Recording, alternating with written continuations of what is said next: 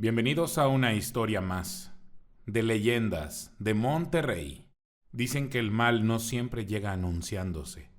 A veces se arrastra en silencio, disfrazado de promesa, de brillo fácil o de suerte repentina.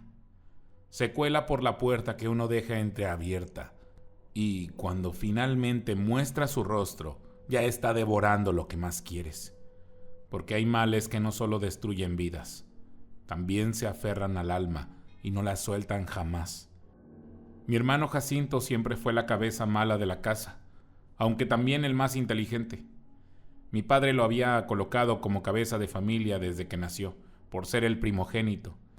Y desde escuincle era el orgullo no solo de mis padres, sino también de la maestra de la primaria rural. Él era el primero en la fila, el que sabía leer los números en la cuenta del almacén y el que mejor recitaba el credo en la iglesia. Cualquiera que lo viera con su camisa de manta siempre limpia, habría jurado que saldría de la ranchería, que algún día nos mandaría dinero desde la capital, convertido en tinterillo o en ingeniero. Pero en el campo se dice que el mal viento no sopla parejo, y a Jacinto lo alcanzaron la flojera y la soberbia.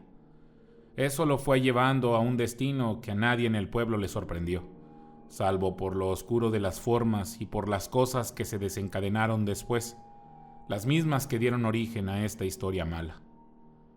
Cuando le tocó irse al internado del pueblo grande para la secundaria, el Jacinto aplicado se volvió un holgazán sin remedio. Ya no quería ensuciarse las manos con el arado ni con la milpa, solo hablaba de hacerse de un dineral sin sudar, que si vender el humo, que si las cosas malas que traían los fuereños, o que cómo sería fácil tomar el dinero de las remesas en la oficina de telégrafos. Yo le decía: Jacinto, vas a acabar mal, vas a ver cómo el diablo cobra con la carne. Pero mis padres, don Chuy y doña Cuca, siempre lo protegieron, dándole cuanto pedía: el radio de pilas, los 50 pesos para el refresco y, peor aún, alimentándole esa vagancia. En lugar de estar en la iglesia el domingo o ayudando a cargar leña, se la pasaba encerrado en el cuarto de adobe, viendo la tele vieja o hablando con gente de fuera a través de un teléfono que nadie sabía cómo pagaba.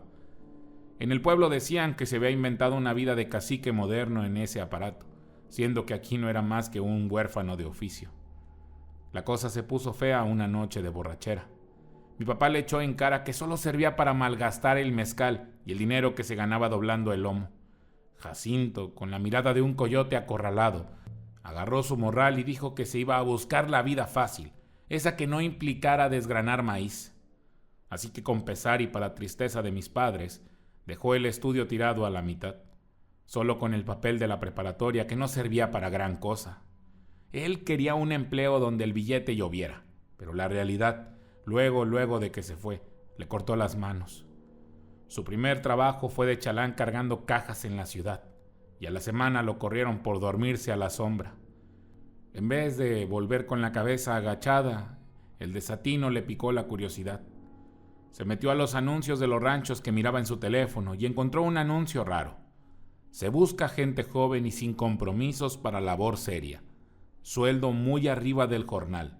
Discreción absoluta. Parecía una convocatoria fraudulenta o de sembrar cosas prohibidas, pero aún así, con la avaricia brillándole en los ojos, Jacinto llamó y una voz fría lo citó para el día siguiente, en una brecha de tierra donde no se veía más que monte espeso y el miedo. Todos sabíamos que solo había dos tipos de negocios que daban tanto en esa tierra: el malo y el peor. A Jacinto el mal viento lo estaba llevando directo a lo segundo. Mi hermano regresó al rancho con el rostro encendido y prometiendo a mis padres que por fin iba a tener dinero para ayudarles y cosas así que sabía que jamás iba a cumplir. Le brillaban los ojos con una fiebre extraña, no de trabajo, sino de promesa hueca, de lo fácil. Me dijo: mañana salgo de esto, mana, voy a ser patrón. A mí me dio mala espina todo eso. Ya antes habíamos visto que se llevaban gente para trabajar en la sierra y no regresaban. Pero él era mi sangre, así que a la mañana siguiente lo llevé al sitio en el caballo de papá, una brecha que se desviaba del camino de Chiveros, cerca del casco viejo de una hacienda abandonada. Eso de entrada me dio malísima espina. El lugar no era un edificio formal o con prestaciones para trabajar, sino el cascarón podrido del antiguo ingenio de azúcar, donde la humedad y el olvido habían carcomido la pared de adobe, que se alzaba como un muerto de roca entre el matorral y los mezquites. En el único lugar que parecía limpio y sin escombro, aún tenía techo, la que fuera la casa del capataz. Habían improvisado un cuchitril. Adentro no había escritorios, solo unas tarimas viejas, bancas de tronco y unas cuantas sillas de plástico que vieron mejores años en las cantinuchas de los poblados. Vi a otros muchachos esperando, con la misma hambre y misma ropa de pueblo que Jacinto, todos sucios y oliendo a petate, recién levantados. Se miraban también flojos y sin aspiraciones. Eran de por ahí cerca o venidos de más adentro del Bajío, con el acento golpeado de aquellas tierras de parcelas y chiveros. Los entrevistadores eran unos pelados fuereños, quizá de Michoacán o Guerrero, pero a leguas se les notaba a lo que se dedicaban, y casi le digo a mi hermano que nos largáramos de ahí. Los tipos vestían camisas que parecían lustradas con manteca de tan brillosas que eran, pero con el cuello percudido y el aliento a puro cigarro barato. Salían de un cuarto oscuro al fondo, donde apenas entraba la luz, como si salieran de la boca de una cueva. Llevaban unos cuadernillos ajados, anotando nombres con una prisa que no era de gente honesta, pues en su mirada te daba la impresión de que eran de verdad personas muy chuecas. Cuando le tocó a Jacinto, lo pasó un tipo flacuchento, con la mirada perdida como si se hubiera comido un honguito malo o se hubiera fumado un carrujo familiar de mota de los que vendían en el casino del pueblo. El cuartucho, según refirió mi hermano al salir, era hediondo. La humedad se sentía y olía a orines, recordándole las cantinuchas de ciudad a las que llegó a ir. No era para menos, pues el sanitario estaba justo detrás del escritorio. Ahí el techo estaba a punto de caerse, con las vigas podridas y la teja rota. No había ventanas, solo unas pieles de chivo cubriendo los huecos para que nadie viera hacia adentro ni hacia afuera, creando una negrura sofocante. Jacinto sintió un escalofrío que no era del frío, sino de que el lugar tenía dueño, y ese dueño era la oscuridad, o el demonio, quién sabe. El fuereño le preguntó cosas que no tenían sentido, con esa mirada de drogadicto que le sacó la desconfianza. Jacinto ya se iba a ir.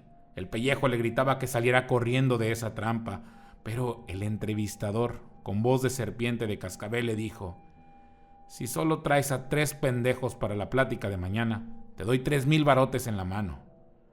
El dinero fácil, sin dudar, era el canto de la sirena para mi hermano. Nunca había tenido tanto dinero en la mano y la ambición lo cegaba. Lo citaron para un entrenamiento de 5 días. Eran pláticas mezcladas de cómo hacerse rico y puras charlatanerías. Al final el negocio no era vender baratijas o trabajar en los campos de caña o maíz, sino meterse a la siembra y el reparto de la hierba maldita. Le explicaron que tenía 2 opciones para empezar a ganar grande, o se iba a trabajar a la tierra, a un rancho no muy lejos del pueblo donde cultivaban marihuana y las flores de amapola para sacar la goma, o tomaba una muestra para empezar a colocarla entre los muchachos del pueblo y los otros de la región como menudista. Para entrar al ruedo y torear la fortuna tenía que invertir su primer paquete de semilla o en su primer ladrillo de prueba. Jacinto, enceguecido por la ambición, vendió hasta las gallinas que le había regalado mi padre y se endeudó con la señora de la tienda. Juntó un buen fajo y regresó para pagar su derecho de piso. Cuando entregó el dinero, los coyotes del lugar lo festejaron con gritos y palmadas en la espalda, como si hubiese firmado su condena con su propia sangre. Pasó la semana y Jacinto no vendió ni un alfiler. Andaba a salto de mata y escondido todo el tiempo, porque la policía siempre andaba al pendiente y era muy difícil, además. Los contrarios también lo cazaban, pues cometió la imprudencia de irse a vender a una calle que pertenecía al bando contrario. En el rancho no quisieron darle una parcela, solo lo pusieron a chapolear y a limpiar la tierra. Él, que no sabía de palas ni de arados, hacía el trabajo tan mal que solo echaba a perder el cultivo. En la venta era peor. Nadie en el pueblo se fiaba de un mocoso soberbio como él para comprarle droga. Intentó regresar a la oficina para que le dieran un trabajo de menos peligro, pues le habían prometido que si no funcionaba, siempre le daban otra oportunidad. Eso era mentira jodida. Estaba bien empinado cuando se dio cuenta que no tendría salida de esa organización. En vez de eso, lo llevaron ante el líder, un tipo bajo y moreno con la cara dura, vestido con un traje que parecía de plástico. Su voz era un ladrido seco y el hombre le echó en cara: ¿Para qué sirves, inútil? No sabes ni sembrar hierba ni venderla. Nos hiciste perder el tiempo y la inversión. La discusión se calentó. Llegaron a los insultos y Jacinto, desesperado, se les fue encima a los golpes como perro rabioso. Lo tumbaron entre varios. Esa fue la última imagen clara que Jacinto guardó.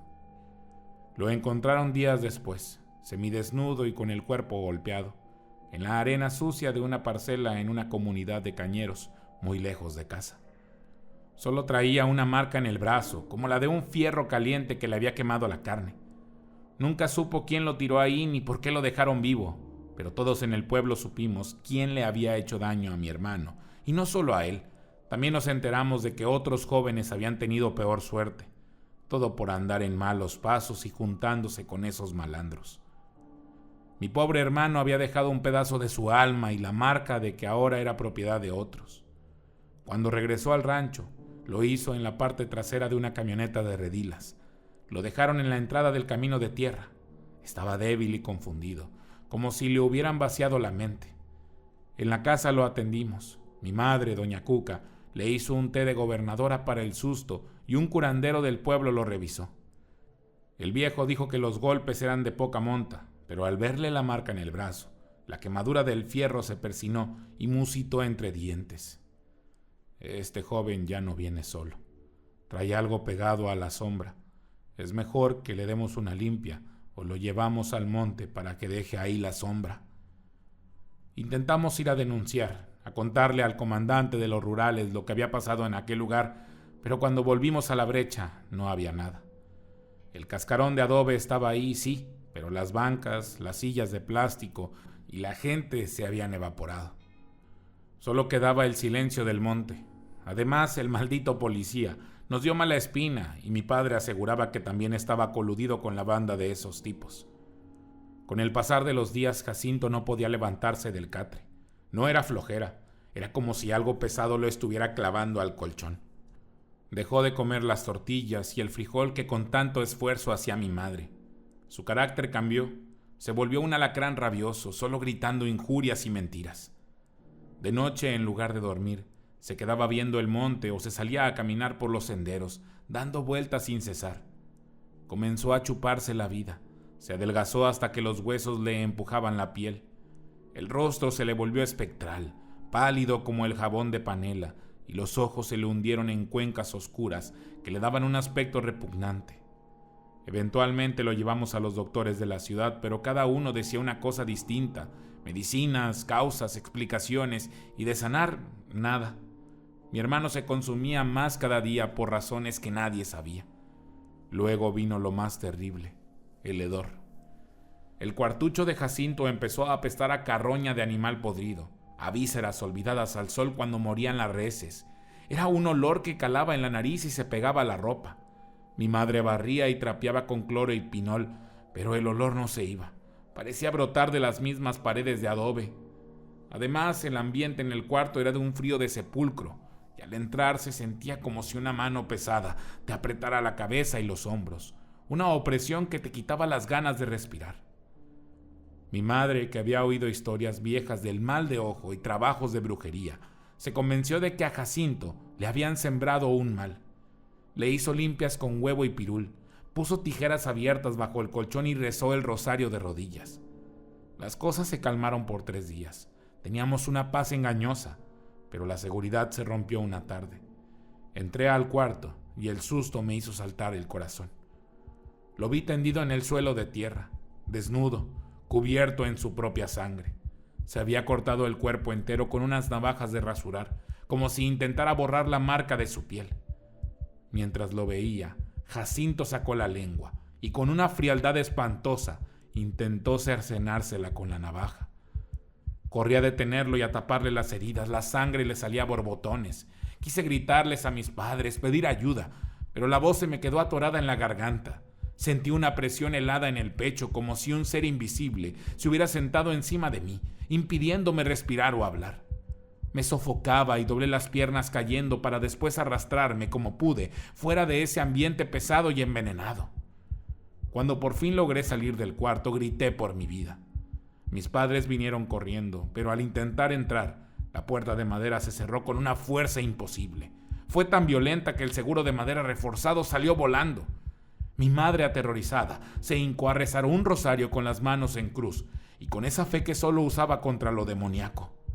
Mi padre corrió por un hacha. La puerta parecía bloqueada por algo enorme y pesado por dentro. La zozobra nos invadió hasta la médula, y cuando por fin mi padre logró romper la puerta, Jacinto estaba convulsionando, y su cuerpo se sacudía en el charco de su propia sangre.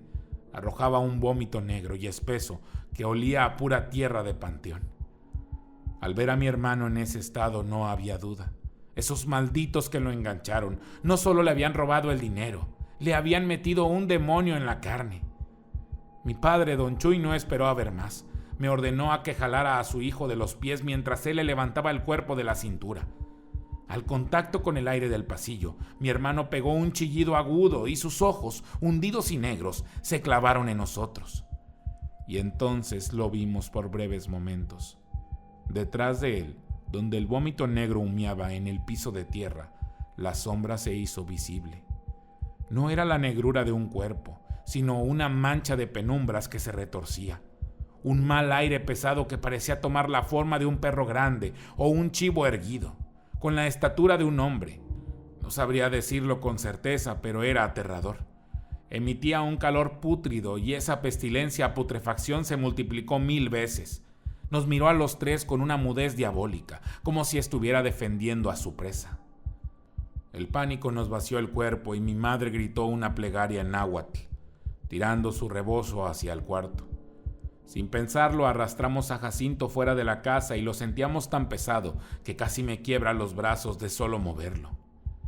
Al sacarlo, lo colocamos en la tierra del patio y sus convulsiones no cesaban. Mi mamá le ponía la mano en la frente y le arrojaba agua santificada, pero parecía quemarle la piel. Mi padre, con la cara descompuesta, regresó de inmediato a la casa y agarró la lata de gasolina blanca que usábamos para encender la estufa y la roció por todo el cuartucho de Jacinto y el pasillo. «¡Se quema! ¡Este mal no se queda aquí!» Rugió y prendió un cerillo, arrojándolo, y en breve el fuego tomó la casa de adobe y paja con una furia espantosa, devorando la peste y la sombra con un crepitar que sonó a liberación y a desgracia. Mientras las llamas crecían, escuchamos como venidas del humo, unas voces graves y frías que nos dejaron con el Jesús en la boca. Estos ruidos no parecían venir de la casa. No esperamos más y huimos de ese lugar profanado por algo que no era humano, y sí, muy malvado. La misma corrupción de esa gente que enganchó a mi hermano, de tal manera que mi papá no dudó, cargó a Jacinto envuelto en una cobija a los lomos del burro y le puso una pala en la mano a mi madre. «Agarren solo lo que quepa y vámonos. Hay que perdernos en el monte antes del amanecer». Escapamos a donde pudimos, pero mi pobre hermano no lo logró. Murió al poco tiempo, a los 3 días de huida, en medio de la sierra, debajo de un gran mezquite. No de las heridas, sino de la podredumbre que le había crecido por dentro. Mi padre, con un mar de lágrimas, tuvo que enterrarlo él mismo, en una tumba sin nombre ni cruz, para que nadie supiera dónde se había quedado el cuerpo del maldito, como después fue conocido Jacinto. Su final fue tan oscuro y trágico como su ambición, un convicto del diablo, olvidado en la tierra lejos de su rancho. Nosotros seguimos caminando, huyendo de los chismes y acusaciones que parecían llegar por todas partes. Dejamos el pueblo, la tierra y el pasado, viviendo como fantasmas en los márgenes de los caminos, sabiendo que la marca de la traición y el castigo de ese grupo demoníaco que dominaba esas regiones con maldad y demonios nos iban a perseguir hasta que el último de nosotros se apague. Historia basada en eventos reales. Adaptada por Eduardo Liñán, el escritor del miedo. Te dejamos su fanpage en la descripción del video. Si te gustó la historia, dale like y compartir. No olvides darle clic en la campanita para avisarte cada vez que tengamos un nuevo video. Mi nombre es Jonathan Espinosa y esto es Leyendas de Monterrey.